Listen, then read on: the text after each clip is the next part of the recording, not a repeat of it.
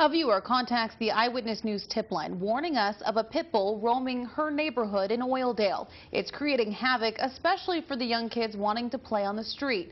Now, we went out to investigate who's responsible for the dog. Eyewitness News reporter Connie Tran joins us now with more. Connie?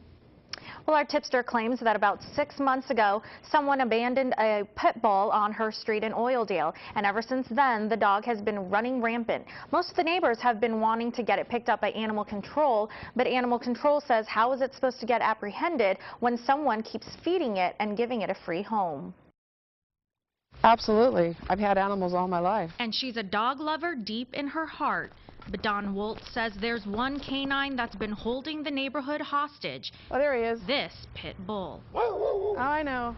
When I've stood here and watered, the dog has barked and charged at me. If I hadn't had a high-pressure nozzle and squirted it straight in the face, I don't know what would have happened to me. Woltz says more importantly, the aggressive large pit bull is posing a threat to the kids on this cul-de-sac. Well, they can't ride bikes in the neighborhood like they used to, and you know, they don't have the freedom that they had. They're restricted to their backyard.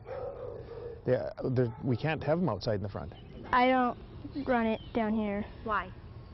I just don't want it to come out and chase me. Woltz and her neighbor Dwayne Fitzpatrick claim the man living at this house named Larry has been feeding the alleged stray, allowing it to come and go as it pleases.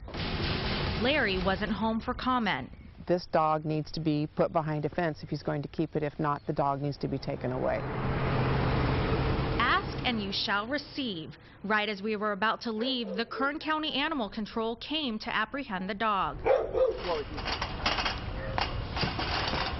When I went into the backyard, I found that the resident of this address has obviously allowed the dog to come and go from the back portion of the garage freely. There was a bed and a food and water bowl. Officer Jason Smith says that means whoever lives at this home is the automatic owner of the pit bull. Watch out, he's not nice. And if that owner wants the dog back, they could face some serious fines. For allowing the animal to run loose on the streets, not having their animal vaccinated and licensed, and not maintaining an enclosure at their home. Now that the dog is in the hands of animal control, it can perhaps give the owners time to shapen up. But for now, it's a celebration for the neighbors. Now my kids can come out and play outside, and they can come out and we get our neighborhood back. Neighbors tell me that Kern County Animal Control had been called out numerous times before to try to get the dog, but attempts to capture the pit bull failed. It wasn't until today, of course. Live in the studio, I'm Connie Tran. Back to you. Thank you very much, Connie. Remember, if you have a story like this you want us to investigate, call our Eyewitness News tip line. The phone number 869-2929, 869-2929.